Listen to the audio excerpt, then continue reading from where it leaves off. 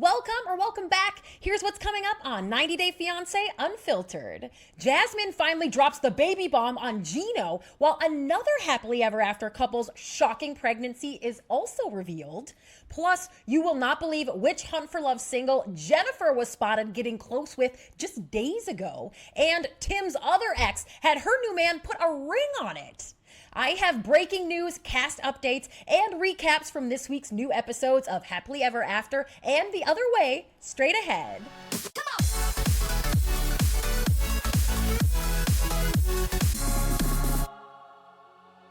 Now that the hunt for love is over, Skipping the Sheets has become 90 Day Fiancé Unfiltered, and instead of just focusing on one show, I am going to break down everything that's going on in the entire world of 90 Day every single week. I am really excited about it, and I cannot wait to hear all of your guys' thoughts on what's going down currently on camera and off camera. Let's start with some news and a little game of Guess Who. Can you guys guess which is the latest 90 Day cast member to offer up fans a spicy subscription? You know what I'm talking about, so I'm going to give you some clues here. This is someone who we initially saw on Love in Paradise, and then they went over to the OG 90 Day Fiancé. She and her much older hubby are in an open marriage. Is that enough clues for you? The latest cast member to join OnlyFans is Aaliya. So you guys can subscribe for $14.99 a month. I poked around a little bit there. It looks like she's posting lingerie pics, beautiful pictures, maybe some workout videos. That's as much as I could surmise. I didn't subscribe, but if anyone does, reach out to me. Let me know what you're seeing there.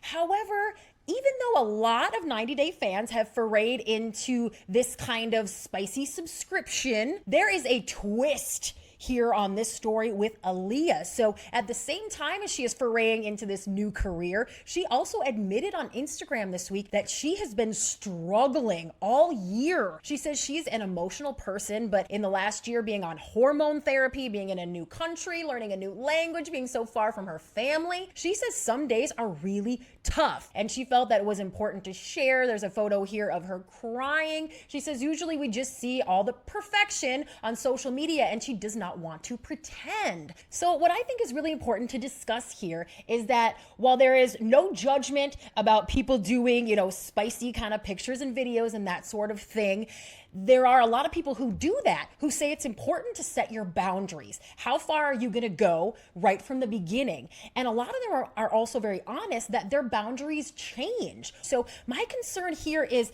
if Aaliya is really in a dark place, if she is struggling and feeling alone, that this might not be the best time for her to make choices about setting boundaries on something like OnlyFans. So I'm really going to keep a close eye here on Aaliya and see how she is doing. We are always rooting for her. She's not just beautiful, but very sweet. And there are a lot of question marks around her and Sean's relationship after they said that they are doing the open marriage thing on the tell-all. But I think Aaliya's solo story is going to really be what we end up seeing more of on the show. And absolutely, we are going to be seeing more of her online. So check that out if you would like to. A little bit more news. Where have Tigerlily and Adnan been? They were not on this week's episode of Happily Ever After, or last week. They are not in the preview for next week either. We haven't seen them.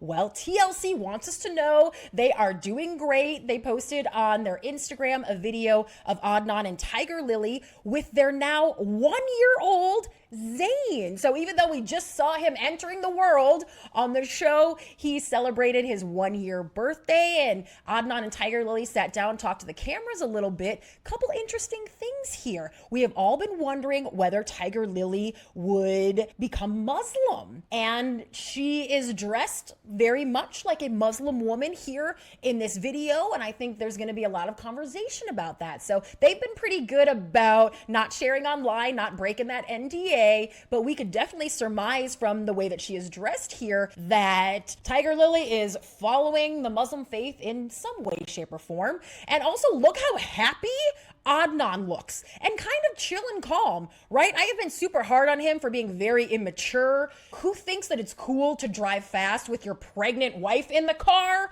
Well, someone who needs to grow up a little bit. So perhaps Adnan has done that in the last year or so, and I really hope that we do see them on more future episodes of the show. Hopefully they will pop back in and show us how they are doing. Even though, as I mentioned, Hunt for Love is over, I am still so invested in the love lives and the real lives and what is being shown now that the cast can't break their NDAs.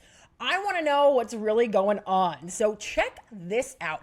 Jeniffer, she does a lot of traveling. She's back home in Colombia, but she gets all around the world. She was at the Homecoming Music Festival in Fiji last weekend. There are some pics from her Instagram, and who is she dancing with? Who is she drinking with and hanging out with? Why, that would be Tiffany's ex, who she chose at the end of Hunt for Love.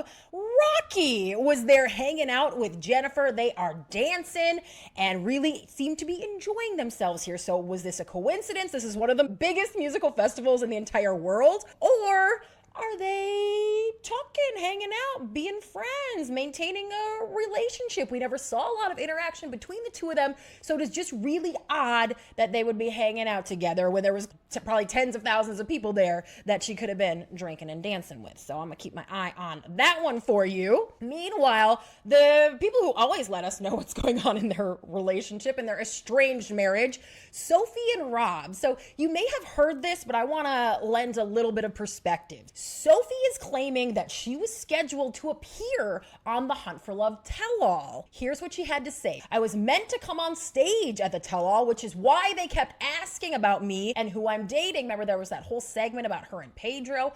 But she says Rob threw what she calls a man tantrum so that I couldn't go on, LOL. I think that comment is being misunderstood a little bit. People are taking that to mean that she was there, she was dressed, she was ready to go on camera. But I'm thinking there's a lot of conversation and planning that goes into this. And what she means is she was scheduled to be there.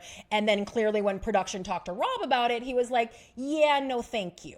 This is not the first example of the Hunt for Love production team kind of watching out for the cast. They handled the whole Shelby situation very well and didn't exploit her. I think this is probably another example of them being like, well, listen, Rob, if you don't want her there, you don't want to rehash all this, then we won't do that to you. I'm wondering if Rob's whole narrative about Sophie's been reaching out to me the whole time I was at the resort and all of that was just something that he didn't want to get caught in a lie, because Sophie says that was so not the case. But really, the Hunt for Love season really seemed to be about moving on for Rob. He showed us a whole different side of himself and he really came out looking good. So probably a good move on his part. And again, shocked that production went along with it. Also, that comment by Sophie has been deleted. So did she get in trouble from TLC for spilling that? Or did she just realize that it was being misconstrued? She hasn't said a whole lot else since then. But as per usual, I will keep you posted, as I have on Tiffany's relationship with her boyfriend, Ronnie. So this is not her ex-husband, Ronald, of course. This is the guy who she is rumored to have been seeing all throughout her time on Hunt for Love. They were together before, they are together now, and she is not trying to hide it. Now that those NDAs are expired, she is posting a brand new photo of her and Ronnie. He is such a cutie, and they look so happy together, and I really hope that in some way we get to see how their relationship is, how it progresses on one of the spinoffs, because people really like Tiffany. While it could sort of come out, I guess, if they tell more of their story that they never broke up, if they never did, I think production can work their way around that, and we will probably be seeing more of Tiffany and Ronnie. What about a couple you've never really seen on the show? So let's talk about Veronica, who is Tim's ex. Remember, she was on the Hunt for Love tell-all. She is the one who convinced him to ask Elise out on a date. Well, Veronica has some big happy news. She is engaged. It happened on her 40th birthday in Venice. her boyfriend Seth popped the question. Now, we have never seen him on the show at all, just on her social media, but here's a little bit about Seth. He works in IT, lives in North Carolina, and he speaks 4 languages. Sounds like a very intelligent guy. They also have a really cute story, he and Veronica, where they met on a dating app in 2021 and dated briefly but broke up and then reunited just this year in January. They got back together, rekindled their little spark, and now they're gonna get hitched. So another former star that I wouldn't mind seeing on the show. You know, I gotta say, when all of these spinoffs started happening, The Single Life and even 90 Day Diaries and all of that, they seemed like just kind of more rehashing. There wasn't really anything juicy there. They were having a hard time, I think, figuring out how to tell the continued stories of the cast. They have got that down now, and I'm to the point they're so good at it that like I'm like, oh, sure, I want to see everybody. I'll watch it every day, every week, like if there was a feed, I don't watch Big Brother, but don't they do like a feed in the house that people can sit and watch all day long? I think we're probably getting to that point with 90 Day, and again, I am not complaining. Good news for Kimberly as well, another Hunt for Love ex. She is living her best life, and fans have been tracking her weight loss as she's been sharing about it for the last year or so on social media, and I really love Kimberly. If you're listening, thank you for your service, Kimberly, sorry. I just like to say that so you all know who I'm talking about. And she is so inspirational, especially on social media. I wanted to share this post where she said, "Never let anyone tell you that you are ugly, too old, or too fat to be good enough." She says, "I spiraled from that and weighed over 245 pounds. Positive side, I found my worth again and am happy with myself." She is smiling huge in these photos. She looks good. She looks like she feels good. And Kimberly is not the only one who is slimming down. Check out this picture of Cortney looking fine with some wine there in Orlando, I might add, the very important part, while her I think we can safely say at this point, ex-boyfriend Colt, who is also looking more svelte than ever, is still over there hanging out in Brazil, presumably with his new girlfriend. We can only assume. But Colt says he's getting his sea legs back and he looks thinner than we've ever seen him. Clearly he can get around a little better than he has been for the first year or so. So those two also looking good, I just want to say. And if you are wondering what the hell is going on between Cortney and Colt, as we all have been, I was like, this close to giving up on trying to figure it out. And then I saw the 90 Day Diaries promo where we are going to be watching what went down between Colt and Cortney after they left Tulum. So we're going to see it. I presume we're going to see him at her parents' house, maybe her parents kicking him out after getting sick of his freeloading. That's the rumor of what went down. And I will be tuning into 90 Day Diaries to figure that out for sure. The last bit of breaking 90 Day news here. This is juicy. Brandon and Julia have a message for us all. Here it is. Big news, we're expecting, the couple shares. They say it is both exciting and a little surreal, but we couldn't be more thrilled to step into this new chapter. Thank you all for the love and support. We can't wait to share the journey with you, which of course they're going to do. But yes, I think surreal is exactly the correct word, Brandon and Julia, to use when we are watching you currently on Happily Ever After say that you don't even want kids and possibly can't have them. And then here we are looking at Julia, stunning in these photos, just stunning and very pregnant. Brandon looking happy with his hands all over her belly and all of that. There's part of this that makes me feel like, well, why would we even bother to watch then? If what's playing out right now is either fake or played up or they change their minds, then why would we even care?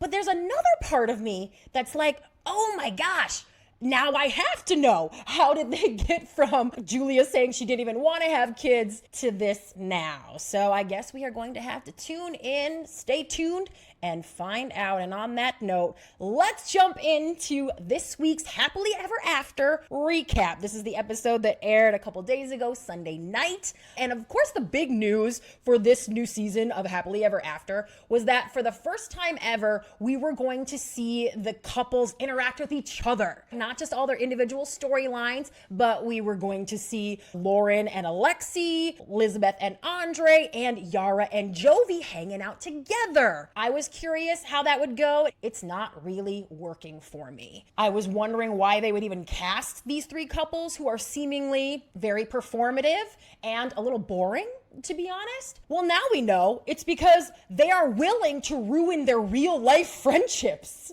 right? To be on the season of this show. We heard Loren and Libby talking about how for more than 4 years, they've talked to each other for hours at a time every day, and that they have really related to each other and were so close. It sounds like, to me, like they were really valuable friends to each other. And I can imagine someone who could really understand being in this universe of reality TV, that would be someone that you'd have a lot to talk to about.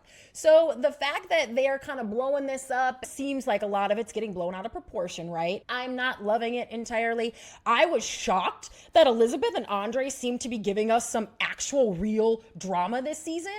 In the past, a lot of their storylines have seemed fake and have seemed to not pan out. You know, we knew they didn't move to Moldova. We could see that they're still living in Tampa before the season even started to air. But now there's this $75,000 investment loss that is clearly very real, that Elizabeth clearly did not know about. And why the hell would Andrei tell his buddies about this before telling his wife, knowing how things play out on camera and all of that? Maybe he knew that real life situation was coming to hit him in the face. And so he decided that having cameras around would temper it a little bit. And he's like, yeah, you know what? I think I'll let this play out. Yeah, let's go over to Moldova and check out that investment that I made.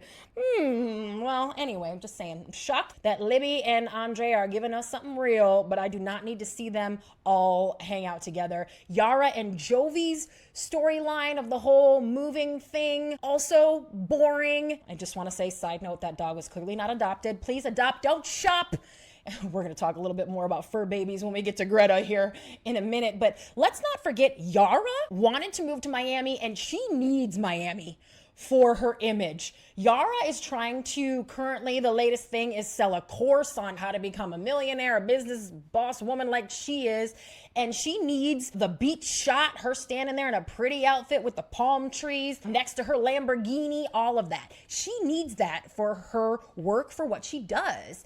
And I think Miami needs Yara too. I'm just gonna say, she's pretty fabulous there. She's not going anywhere. And if Jovi wants to move to a big old house in the boonies, I think he's going to be living there all by himself, because Yara is not going anywhere. We know how that's going to end. We did not know how Kara and Guillermo's storyline was going to end, although we suspected a breakup was coming. Is this like one of the saddest breakups that we've ever seen on the history of 90 Day Fiancé? I mean, both of them crying on the couch was just heart-wrenching. And fans have been so critical of Kara, and for good reason, from what we've seen on TV. I also believe that she was the one who was cheating. I think she was calculated in accusing him of doing so. And there has been this ongoing narrative that like Guillermo is focused on their kid and that Kara is just the worst. And I was honestly buying into that narrative. I keep really abreast of their social media, and they both are really playing into that. He is posting a lot of his adventures and especially a lot of his time with his son, whereas her posts are more about promoting her music. She's always looking good. She's always wearing a cute bachata style outfit, and it's just a different kind of narrative surrounding Kara's online presence versus Guillermo's. And I was kind of starting to wonder, watching this week's episode, if that's something I've bought into, because we're being fed it by the show. So just paying really close attention to what comments they aired of each of them. It's only Guillermo really talking about their son and how worrying about him, how this is going to affect him and how they'll move forward as parents. And really Kara just being the worst. He even tries to open the door for her. She doesn't hear him say, "My pleasure." And so she said, "Thank you, thank you, thank you," like 3 times. What is the point of production showing that to us? I'm starting to think they want Kara to look like the bad guy and Guillermo to look like the good guy. And that could be as simple as they've decided Guillermo fits on the latest season of The Single Life, but not her.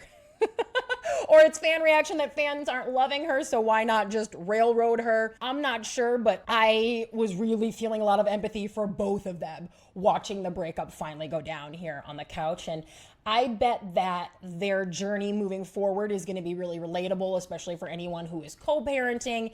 And I'm really curious to see where Kara's music career is going to go. She's got a lot of music out there and it's a lot of fun. So let me know if you listen what you think of Kara Leona's tracks. Oh, I meant her music tracks, but a lot of you noticed her hair extension tracks sticking out this week on the show. Her hair is beautiful. I try to do that triple barreling thing, and I just look like a big old shaggy dog. I don't know how she does it, but she always looks beautiful. I will absolutely give her that. Someone else who always looks good but has gotten herself in a whole lot of trouble is one Jasmine Pineda. Let's talk about the big bomb that was dropped. She is finally going to tell Gino that she is pregnant. We have all known for more than 6 months since the last resort tell-all, but it is really, really interesting to finally hear her thoughts around it, how nervous she was going into the conversation. I really paid attention to when she said she didn't get pregnant on purpose, and that she really, to me, I thought seemed legitimately upset that she was pregnant. Now, of course, that's a happy thing. She didn't say, I don't want this baby or anything like that, but she really seemed lost, confused, and surprised. She also is clearly thinking about when she said, oh, how is this gonna look to Gino? He's gonna think that I did this on purpose. And she had kind of a laundry list of thoughts that she had, that she was concerned about what people are gonna think. I think she's obviously most concerned about the fans' reaction to all of this. And she's done a really good job of keeping people behind her. I've even said here, grace for Jasmine. Let's not forget she just had a baby. Postpartum is something that happens to women physically and emotionally. So we're always rooting for Jasmine over here, and we're not the only ones. And I'm sure she's concerned about holding on to those fans. Well, Gino was mostly concerned about how her apartment looked. How awkward was that? She opens the door and she opened it a little too wide, so he just came walking in, and then she was like, oh, okay, I guess you can come in. How weird between two people who are married and formerly did live together, although now we know it wasn't even for that long of a time. But Gino's reaction to their apartment being small, he even calls it a dump. I was personally insulted by that. You can tell that there are probably, 2 cameramen in there, and then the 2 of them in the living room, and the camera has to move for Gino to even get in the door. So yes, I'm sure it was very small, but I have lived in some of the tiniest apartments in all of Los Angeles, and I think I would rather have been in that apartment with Matt than in Gino's house with him. Just saying. The person I feel the worst for in all of this is not Jasmine or Gino. It is Natalie, Gino's ex. Okay, let's kind of consider what we've seen about her. Even though there's just a little bit of conversation about her on this episode, we aren't going to see her anymore, I don't think. So she's only appeared on a couple episodes. That means only getting paid for a couple of episodes. And TLC keeps playing over and over again that bathtub scene between her and Gino. They just released an 8-minute YouTube video about it in the last couple days, where they re-show the whole thing and the champagne and the kissing and all of the bubbles and all of that. That is all that the world is going to see of Natalie forever. And I can just imagine that Natalie, especially after she said on the show, I'm a mom, I don't live like this is not my life, and I'm not doing this. I can only imagine that she maybe isn't feeling great about that being the only thing that's out in the world about her, blowing bubbles at this bald man. So empathy for Natalie, that's all I'm saying. And let's get back to Jasmine and Gino's conversation. Jasmine told Gino, finally, this is the end for us. Matt and I are a family now. Wow. We have all been wondering, when are they finally going to shut this marriage down? But I think this is really Jasmine saying that she felt guilty, right? And when she said she hates to hurt people she loves, that really spoke to me. I have always thought that Jasmine is maybe softer and kinder, a more sympathetic person, an empathetic character than what we see on the show. I don't think she's that bad of a person. And to hear her say that, it really spoke to me. You guys can tell me what you think, if maybe I'm just buying into Jasmine's games, but I think she genuinely feels bad for doing this to Gino. And while he reacted in the moment I am not surprised at all, then he went to his interview and was crying. He said he can't believe it. How he went from not shocked to I can't believe this when he's alone is sort of beyond me. Jasmine's a little suspicious about those crocodile tears too. We'll get to that in a second, but I want to point out, I don't feel like we ever saw real love between Jasmine and Gino. They have been on for years. They have been on so many seasons of all the different shows, and I've been covering them since the very beginning. And I just remember always thinking, why are these two still together? Do they even like each other? Have we ever seen them like share a meal? Did they ever talk about having a healthy sex life? No, they were always talking about how they weren't doing it. So I was just always wondering, why are these two still together? So when he's saying she faked this whole thing from day one, this was all part of her calculated plan, I have to 100% disagree. No, Jasmine and Gino both stayed together for television. It's very clear. Remember way back at the very beginning, she lost her job over him sending her nude photos to his ex. How is that not deal breaker? They, I believe, were just such good television that I'm sure production we could film again in 6 weeks. Well, if you came over, if you guys applied for the visa, it's just always the next step in telling the story. And I don't think they're the only ones who get caught up in just staying together for all of that. And I certainly would not put 100% of the blame on Jasmine. Let's see what she has to say in real time. So remember, this was filmed months and months ago.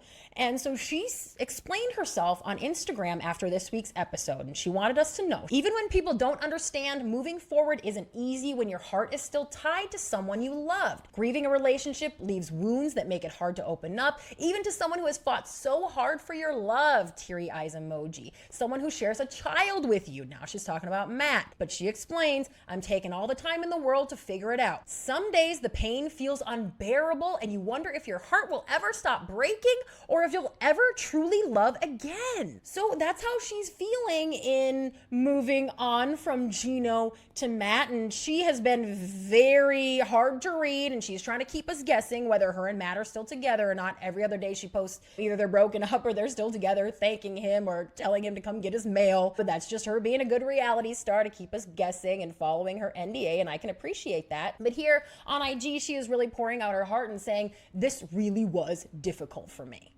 How about what she had to say about Gino and those tears? So in the next slide on Instagram stories, she posts this crying woman picture, and Jasmine says, this is the same vibe I get after watching HEA last episode. Crocodile tears to hide his abusive behavior. So Jasmine has also explained lately that Gino holding against her visa status and holding the green card over her head is going to play out, and that manipulation is part of the abuse that she's talking about here that she is accusing Gino of. She also claims that after he filmed that interview where he cried his eyes out seemingly, he then called his cousin, who Jasmine's still so close with, and said, I am going to look so good. I hope that crying scene makes it to the season trailer. Well, yeah, I'm pretty sure we did see a flash of Gino's wet eyes there in the Happily Ever After trailer. So your mission was accomplished, Gino. And again, who is really being calculated? Who really planned all of this? Gino. What are you doing with your time now, by the way, now that there's no Natalie around, no Jasmine, you're clearly not anybody's baby daddy. Gino, big news, is hanging out in Vegas with the bad boys of 90 Day. You know these guys very well. Josh, Jamal, and Rob, now featuring Gino staying alive on the streets of Las Vegas. You guys, I live in Vegas, and there are so many stars from the 90 Day world who also live here. How come I never run into any of them? Only one time years ago, remember Darcy's ex Tom's new fiance? She was a Vegas mom. I saw her at a football game once. But other than that, how come I never run into Thais and Patrick, who I just would love to kiki with Thais, or Loren, who wouldn't love to see his disgusting ass, how he moves in real life. I would just like to observe. But yet, I'm never running into the bad boys, and especially not Gino here. So if that's the company Gino is keeping right now, then he can't be hurting too badly. Can he? I don't think. Let's talk about what is going to go down next week on Happily Ever After, because I am really excited about this. Stacy and Florian will arrive in Bulgaria to join Darcy and Georgie. I love the twin antics. I think, yes, Darcy and Stacy are just showing out for cameras a lot, and I will take it.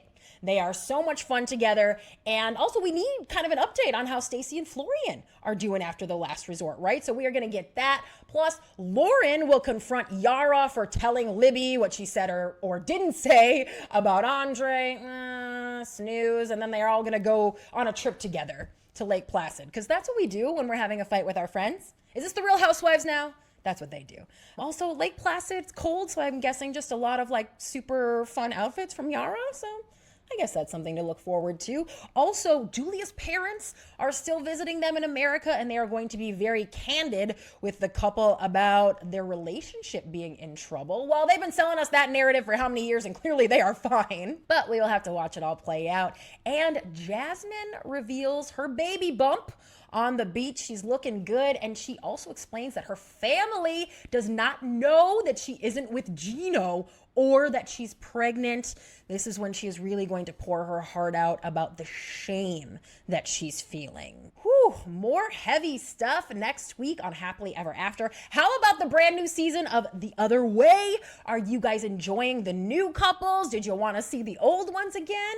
Tell me what you think while I break down this week's episode. We finally got to meet Johny, Chloe's Johny, and I have to say, he was a lot more likable and mature and a lot less F-boy than Chloe made him out to be. And then that mystery was kind of solved. Why would you talk about him like that? When he exposed her for also being a cheater. This is one of those couples that I'm going to say, like I just did about Gino and Jasmine. From day one, I was wondering, why are they even together? But we're going to have to see how they are, if they're sweet, what their love is like, to maybe answer that question. So stay tuned on that. Madeline is one of my new favorites to watch too. Are you guys buying her as this sort of boss babe? I think it was really, really beneficial to hear her backstory. We've seen them now on a couple seasons and have seemingly gotten to know their story pretty well, but never understood Madeline. Like, why is she like this? Well, now we get it. And the reason why she's working hard and really striving to have things and why she is really focused on material items, it sort of makes sense to me now. I'm wondering if her beauty salon, how successful it really is, made beauty, B-E-U-A-T-Y. She would certainly not be the first 90-day woman to start a beauty empire from being on the show. Miona's made millions. Yara's doing great with her online boutique. So Madeleine is smart to be thinking with a business mind and talking about her investments. Also, she has clearly clocked that her husband is going to be worthless in making money and will probably always be the kind of person who is in the hole.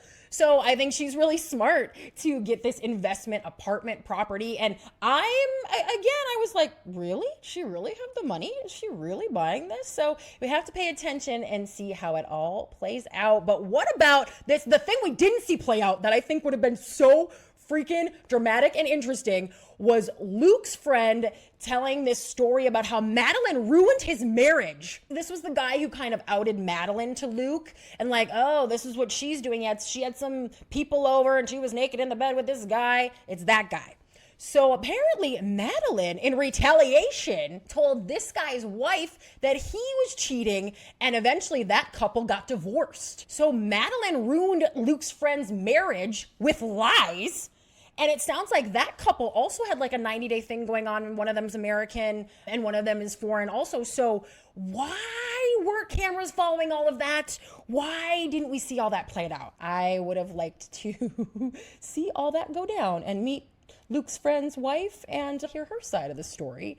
Also, I just got to say about the bachelor parties. Can we stop freaking out about the bachelor parties?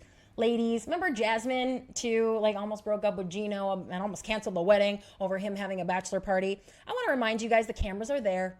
Nothing's going on. Whatever happens, the most risque thing that happens at that party, you are going to see over and over and over and over and over again on the show. So if I was her, I just wouldn't be too concerned about that. And yes, it is a bad look of like your man sitting there getting grinded on by the stripper. If you guys watch Real Housewives of Orange County a million years ago, Tamra, when she got married, had her little spinoff, and her husband, who seems like a pretty nice stand-up, boring guy, was like licking the stripper's nipple and the whole thing, and the fans will never forget it. So I understand understand that there is more of a potential of like your man to look bad, but I don't think anyone needs to be concerned about Luke sleeping with this stripper or any other stripper. Okay, let's just let that insecurity go.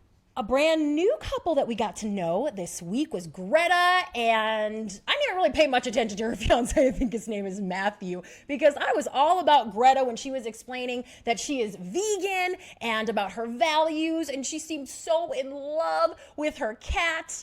And she had me until she started explaining that she is going to rehome this cat that she supposedly is so in love with. And on this same episode, Chloe too was like, oh, my dog, and then didn't even give her fur baby a hug. As someone who lost my fur baby 2 years ago, and I can tell you honestly that if I had to never leave my house or take him with me wherever it was every second of every day to have him back with me, I would do that. I would never, ever, ever leave. Remember Tata, too, also was like so in love with her dog and then left the dog when they were supposedly moving over to her home country, and they're back in the US now, and I'm sure she was very glad to be reunited. But can we just please stop telling me how much you love your animals and then that you're going to leave them? It like makes me sick with abandoning the fur babies. And I think Greta, whose veganism was a big part of the conversation tonight, and I think it's so funny how on TV they treat vegans like we're some aliens from a different planet.